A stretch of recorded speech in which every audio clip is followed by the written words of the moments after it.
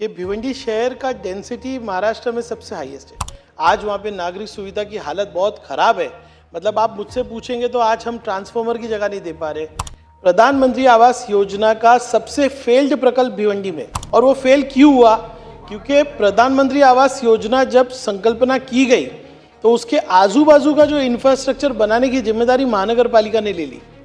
आज अध्यक्ष महोदय, ऐसी महानगर पालिका जिसके पास रास्ते, टॉयलेट, पानी के लिए पैसा नहीं है, आर्बिट्रेशन में केस है, और पूरे आप टेंडर को देखेंगे ना मंत्री महोदय जी, तो आपको लगेगा कि पूरे शहर को बेचने का काम किया गया। अगर महानगर पालिका कोई भी नुकसान होता है तो वो अधिकारी जिन्होंने ये टेंडर निकाला है उनकी पगार से ये लेना चाहिए। आप सोचिए अध्यक्ष महोदय, एक ऐसा शहर जो एक 5 लाख रुपए का काम नहीं कर सकता, वहाँ पे सीसीटीवी नेटवर्क लगाया गया। हम शासन की तरफ से 5 साल पाठ पुरावा करके 100-150 करोड़ रुपया मैंने रोड के लिए लाया। आज सारे रोड ट्रेंच किए गए। भिवंडी महानगरपालिकेचा शाश्वत विकास करायचा जर असेल तर आपल्याला एका कमिटीची स्थापना करायची। अध्यक्ष महोदय, लक्षवेधी क्रमांक 5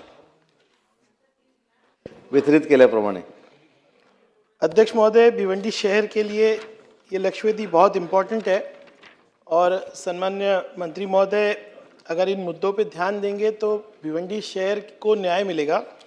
अध्यक्ष महोदय, मेरा पहला प्रश्न है कि लक्षवेधी के उत्तर में सरकार ने यह माना है कि भिवंडी शहर का डेंसिटी महाराष्ट्र में सबसे हाईएस्ट है। 26 स्क्वायर किलोमीटर के अंदर आज 2011 की जनगणना ले तो 7 लाख, और आज देखें तो 11 से 12 लाख लोग रह रहे।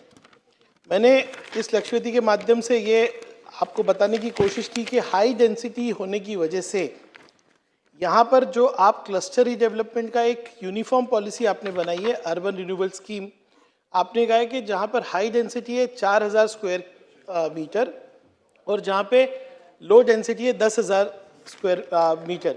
अध्यक्ष महोदय, मैं आपके माध्यम से डिमांड करना चाहूँगा कि क्योंकि हमारे क्षेत्र में एक भी क्लस्टर का सबमिशन नहीं हुआ है, ये क्लस्टर का जो एरिया है 4000 से 2000 किया जाए। और मेरे पास स्ट्रॉन्ग इसके लिए रीज़न है। आप डेंसिटी देखो, 26 स्क्वायर किलोमीटर में 11 से 12 लाख लोग, और अगर आप ये नहीं कहते तो आपने इतना बड़ा उत्तर दिया है कि यहाँ पे 30 से 40 साल पुरानी इमारत है, यहाँ पर 1 FSI से ज़्यादा कंजम्पशन हो गया है। आज वहाँ पे नागरिक सुविधा की हालत बहुत ख़राब है। मतलब आप मुझसे पूछेंगे तो आज हम ट्रांसफार्मर की जगह नहीं दे पा रहे, रस्तों पे ट्रांसफार्मर है, वहाँ पे सॉलिड वेस्ट मैनेजमेंट का कोई इंतज़ाम नहीं है।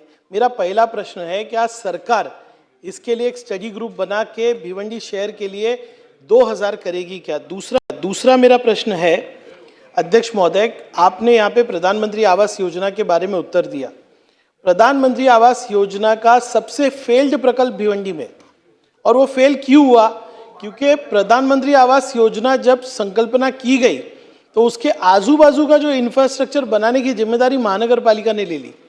आज अध्यक्ष महोदय, ऐसी महानगर पालिका जिसके पास रास्ते, टॉयलेट, पानी के लिए पैसा नहीं है, आर्बिट्रेशन में केस है, और मैं आपको गारंटी के साथ कहता हूं कि कुछ न कुछ आर्बिट्रेशन से ऐसा आएगा कि महानगर पालिका को कम से कम 25 से 50 करोड़ रुपए आर्बिट्रेशन में देना पड़ेगा कॉन्ट्रैक्टर को। तो क्या इस प्रकल्प की आप इंक्वायरी करेंगे? क्योंकि ये अन्याय है, यानी कि कोई तो भी आता है कॉन्ट्रैक्टर से बात करते हैं, ये पूरे आप टेंडर को देखेंगे ना मंत्री महोदय जी, तो आपको लगेगा कि पूरे शहर को बेचने का काम किया गया। अब पहला जो टेंडर है उसका आर्बिट्रेशन में आप उसकी इंक्वायरी लगाएंगे।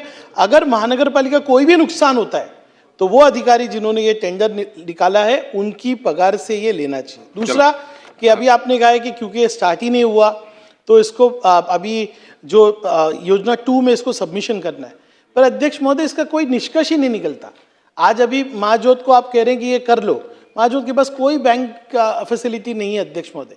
तो क्या मंत्री महोदय इस विषय में मीटिंग लगा के इसका निष्कर्ष निकालेंगे क्या? दूसरा लास्ट क्वेश्चन है, आप सोचिए अध्यक्ष महोदय, एक ऐसा शहर जो एक 5 लाख रुपए का काम नहीं कर सकता, वहां पे सीसीटीवी नेटवर्क लगाया गया। हम स्वागत करते हैं, मैं ही पाठ पुरावा कर रहा था। आज पूरे शहर में सीसीटीवी नेटवर्क के लिए रस्तों को खोदा गया। शासन की तरफ से 5 साल पाठ पुरावा करके 100-150 करोड़ रुपया मैंने रोड के लिए लाया। आज सारे रोड ट्रेंच किए गए, और ट्रेंचिंग करते वक्त महानगर पालिका की कोई मान्यता भी ली नहीं गई। आज ऐसा हालत है, नए नए रोड शासन की निधि से बना हुआ है, उसको ट्रेंच किया गया है। अध्यक्ष महोदय, हमारे महानगर पालिका ने 35 करोड़ रुपया की मांगनी की है। अध्यक्ष महोदय, बस खत्म कर रहा हूँ। मैं समय नहीं दे पाऊंगा, आज बहुत सबको अध्यक्ष महोदय, बस खत्म कर रहा हूँ। अध्यक्ष महोदय, क्या सरकार, क्योंकि इन्होंने खुद कहा है आप कि क्वेश्चन पूछिए। मैं क्वेश्चन नहीं कर रहा हूं, क्या आप वो 35 करोड़ रुपए जो आपने खुद ट्रेंच किए एक सिटी को, वो आप देंगे क्या? दूसरा, सन्मान्य मुख्यमंत्री ने 27 जून 2025 को एक मीटिंग ली है। मंत्री महोदय, लास्ट इंपॉर्टेंट क्वेश्चन, सन्मान्य मुख्यमंत्री जी ने मीटिंग ली मेट्रो के विषय में और कहा कि भिवंडी के इंफ्रास्ट्रक्चर के बारे में, उनके ब्रिजेस और रोड के बारे में अलग से प्रस्ताव करना चाहिए। बहुत वेग है। क्या आप MMRDA कमिश्नर और महानगर पालिका कमिश्नर, इनकी एक कमेटी बनाकर इनको 6 महीने में पूरा सर्वे और सबमिशन करने के लिए कहेंगे क्या? मंत्री महोदय। अध्यक्ष महोदय, सन्मान्य सदस्यांनी 3 महत्त्वाच्या मागण्या इथे केल्यात की भिवंडी महानगरपालिकेचा शाश्वत विकास करायचा जर असेल तर आपल्याला एका कमिटीची स्थापना करायची आहे। तर मी सन्मान्य सदस्यांना सांगू इच्छितो की एका उच्चस्तरीय समितीची स्थापना जी अतिशय चांगल्या पद्धतीने आराखडा तयार करेल अशा पद्धतीची नक्की समिती नेमण्यात येईल। दुसरा मुद्दा त्यांनी घरांचा सांगितला की 8468 घरांचा प्रकल्प हा मंजूर करण्यात आलेला होता। त्याच्यानंतर 31 डिसेंबरला त्याची 2025ला मुदत संपणार होती म्हणून केंद्र शासनाने रद्द केला। पण सन्माननीय सदस्यांना मला हे देखील सांगायचं आहे की PMY मध्ये दुसरा भाग जो आपल्याला घ्यायचा आहे तो 2 वर्षांनी, 4 वर्षांनी किंवा 10 वर्षांनी घ्यायचा नाही। पुढच्या 3 महिन्याच्या आत हा प्रस्ताव केंद्र शासनाकडे कशा पद्धतीने जाईल याच्यासाठी स्वतः आमचा विभाग पाठपुरावा करेल। आणि दुसरी मेट्रोची आपण जी मागणी केलेली होती ती मेट्रो देखील आपल्याकडे सुरू झालेली आहे। म्हणजे 95% पहिल्या टप्प्याचं काम सुरू झालंय, पण दुसऱ्या टप्प्याचं काम ती मेट्रो जमिनी खालून घ्यायची की जमिनीच्या वरून घ्यायची याच्यामध्ये थोडी तांत्रिक बाब आहे, परंतु याच्यावर देखील लवकरात लवकर मार्ग निघेल।